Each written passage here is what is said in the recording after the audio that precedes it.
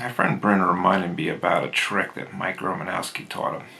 Mike Romanowski, unfortunately, is no longer with us. He was a great guy.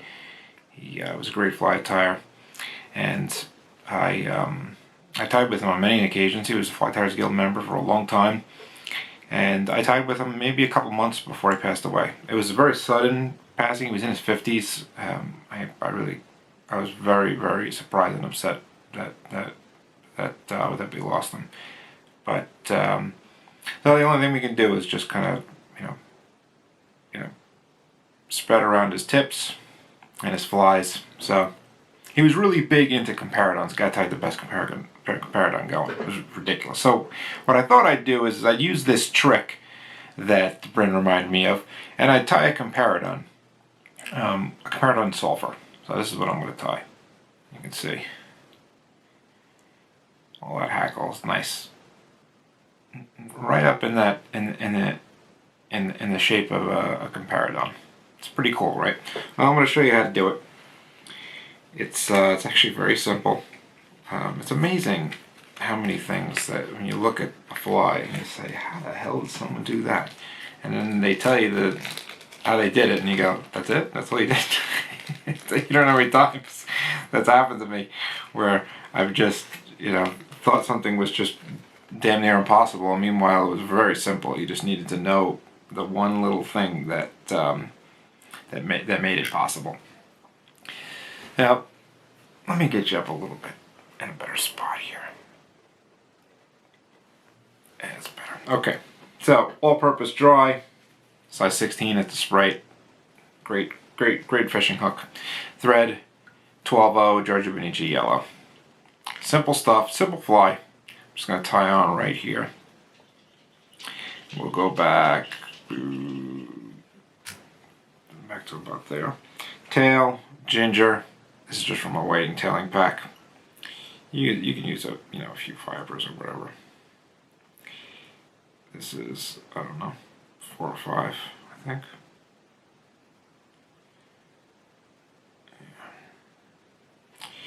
Yeah. And we want it to be, I don't know, something like that. So that's about a hook, I think. Sometimes your thread, I'm spinning it right now, it's hard to tell, but sometimes the thread can be twisted the wrong way, and it'll make it hard for it to go on. If you rotate your bobbin, it makes it easier. And we'll go right to about here. And we'll just go underneath. And then we're not going to go up too high because I want to put a bunch of hackle on. So just over halfway is fine, and then we'll go back here. I'm going to put some dubbing on. You could actually probably just use thread as long as it's waxed.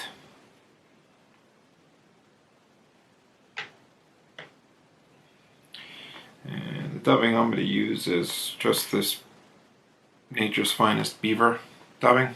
This one right here. Yellow. I think they call this Pale Morning Dun. Not that much. You don't need much of this stuff. It's a small fly, and dry fly dubbing goes a long way. So I'm just going to go up to right about there is good. I could probably just use this up. That's good. Now, hackle. This is just a grizzly dyed yellow. Pick this up for streamers, but I've been using it for dry flies. I used it for that drake, that green drake I did the video on. I'm using it for sulphurs. It's pretty versatile. Now, the hackle length, you really, since everything's going to be on top, it being a little bit long is actually not that bad. It kind of helps. So don't worry too much about the length. A little long is alright.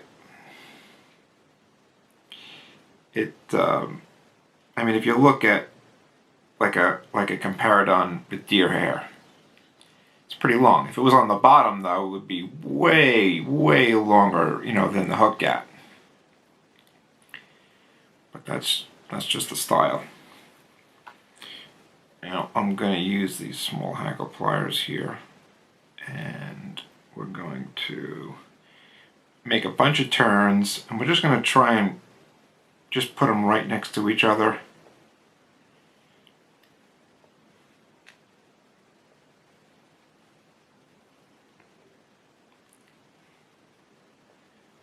One in front of the other. Just try and get a bunch in. And then I think I can get one more in. And then we'll go to the front with 2 turns. Take that off. And then I'll just bring this stuff back. 2 turns there. And just make sure everything's out of the way. And then we'll put a few whip finishes in. Take this, break that off.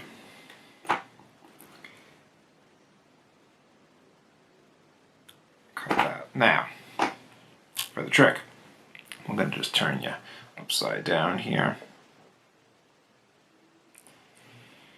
And we're going to bring all this hackle to the top. Well, in this case it's the bottom, but it's the top of the fly.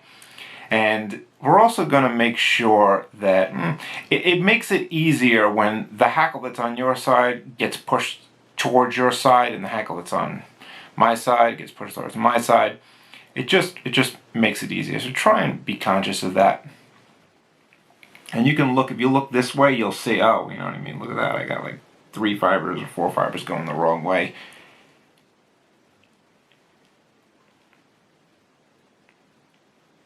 And don't lick your fingers when you do this. A lot of times I lick my fingers to make stuff go in the right direction. But in this case, don't do that, and you'll see why.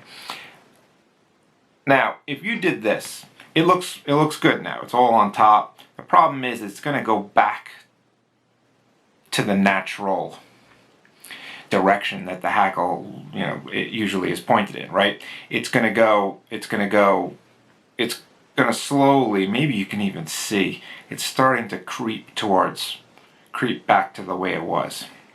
We want to keep it this way. Now, normally on a big fly, I would just use a hair of, head cement or something like that, or UV works great. But on a small fly, it's not really a good idea to add that much weight. A little tiny drop on a big fly is not a big deal, but on a small fly, it is a big deal. So this is what you do.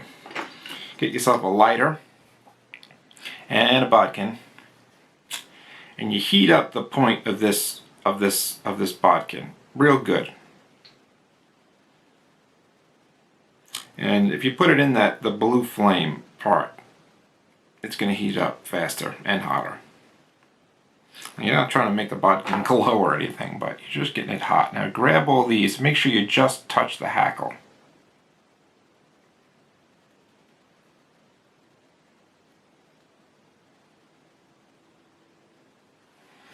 And I mean, you can already see how much better it is now. That's it. It's not going to go anywhere. It's going to stay like that. And it's never going to go back to the way it was.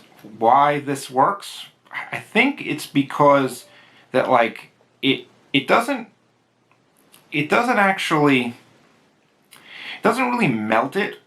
It just kind of, it just makes, I don't even know, the properties of the fiber just want to stay in that position. I mean, if you think about it, you've put a curve in all those hackle fibers. You put a curve in them, and that's why they go back this way, is because the curve is just everything's going to always just straighten out. But in reality, when you heat them up, they just want to stay curved. They want to stay in whatever position you put them in. It's kind of interesting. But let me flip you back here. So there's the front.